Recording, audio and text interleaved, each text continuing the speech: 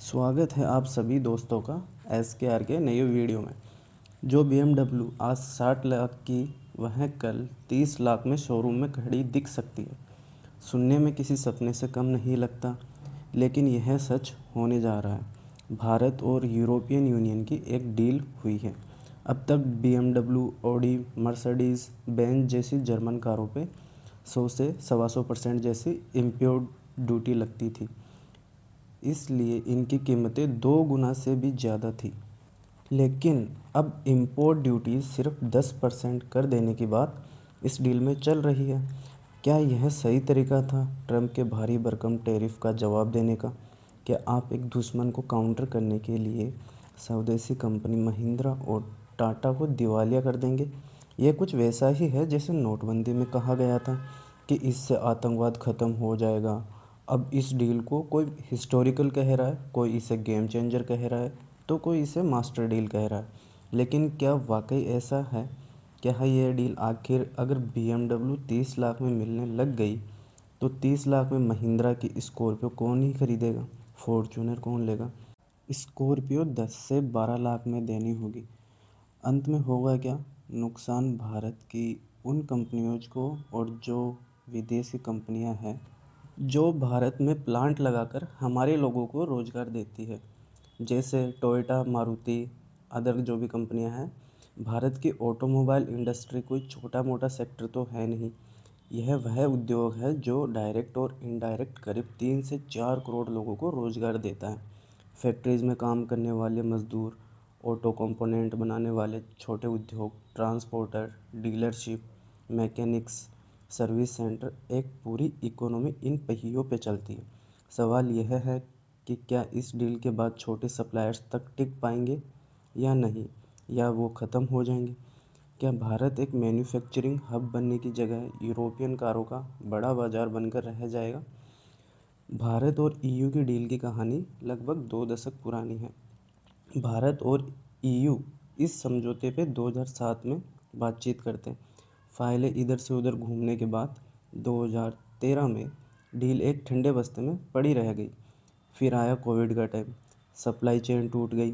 दुनिया को एहसास हुआ कि एक ही देश या एक ही बाज़ार पर निर्भर रहना कितना खतरनाक हो सकता है। इस दौर में भारत एवं EU एक दूसरे की ओर देखने लगे। तभी साल 2025 में एंट्री होती है ट्रम्प की। EU और भारत पर भारी टैरिफ लगाया। ट्रम्प का कहना था, या तो अमेरिकी शर्तों पर बिजनेस करो या नुकसान झेलो। इस टैरिफ वार ने ट्रेड सिस्टम की धज्जियां उड़ा दी। वैसे तो भारत को अमेरिका का रणनीतिक साझेदार कहा जाता है।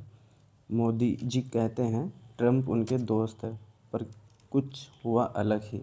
ट्रम्प को लगा भारत अमेरिकी बाजार का फ़ायदा उठा रहा है। वैसे ही ट्रम्प ने भारत पर 50% टैरिफ लगा दिया। कपड़ा बचा ना स्टील बचा, ना बचा फार्मा। यहाँ से भारत को भी समझ आ गया कि अब सिर्फ अमेरिका के भरोसे रहना समझदारी नहीं है। यूरोपियन यूनियन को चीन की सब्सिडी और ओवर कैपेसिटी से डर था। भारत को सीमा और रणनीतिक तनाव से डर था। ऐसे में भारत व यूरोपियन यूनियन नेचुरल पार्टनर बनते चले गए। डील हो गई। अब इस डील से भारत का क्या फ़ायदा है? सबसे बड़ा फ़ायदा है स्थिर और भरोसेमंद एक्सपोर्ट मार्केट। भारतीय कपड़े, गारमेंट्स, जूते, चमड़े के सामान यूरोप में सस्ते बिक पाएंगे। फार्मास्यूटिकल भारत का एक और मजबूत सेक्टर है। भारतीय जेनेरिक दवाइयों का बड़ा फ़ायदा मिल सकता है। मशीनरी, ऑटो कंपोनेंट और केमिकल जैसे सेक्टर में भी छूट देने की बात कही गई है। IT और प्रोफेशनल सर्विसेज भी इसमें शामिल है। अब इस डील से यूरोप भारत को क्या बेचेगा? सबसे पहले बात करते हैं खाने पीने की चीज़ों की। उनमें आती है शराब, वाइन और स्पिरिट। फ्रेंच और इटालियन वाइन पे 150% तक इंपोर्ट ड्यूटी लगती है, पर अब वह 20 से 40% तक रह जाएगी।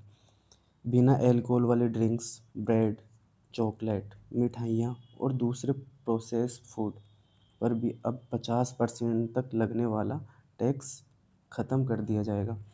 पहली बार भारत ने यूरोपियन यूनियन को ऑटो सेक्टर में इतनी बड़ी रियायत दी है। अभी तक यूरोप से आने वाली कारों पर 100 से 110% इम्पोर्ट ड्यूटी लगती थी, पर अब इसे घटाकर 30 से 40% किया जाएगा। और यह बात सिर्फ टॉप एंड कार तक ही सीमित नहीं है, जैसे ऑडी हुई, बीएमडब्ल्यू हुई, बल्कि एसयूवी सेगमेंट जैसी कारें, फोक्सवैगन, स्कोडा भी अब कम दामों पर आम लोगों की पहुंच में आएगी। बीएमडब्ल्यू, मर्सिडीज, फोक्सवैगन, स्कोडा, इन सब के लिए भारत एक बड़ा बाजार तो बन ही रहा है, पर इन वजह से टाटा, महिंद्रा जैसी कंपनीज की सेल में गिरावट आएगी। आनंद महिंद्रा का ट्वीट भी इसी बेचैनी को बयां कर रहा है। इस डील में हालांकि इलेक्ट्रिक गाड़ियों को बाहर रखा गया है। कुल मिलाकर भारत ईयू एफटीए को आंख मूंद कर जश्न मनाने वाली जीत नहीं कह सकते हैं। लेकिन अगर इस मौके पर टेक्नोलॉजी ट्रांसफ़र, निवेश, इन्वेस्टमेंट, घरेलू क्षमता बढ़ाने के लिए इस्तेमाल किया गया है, इसे तो यह डील हिस्टोरिकल कहला सकती है।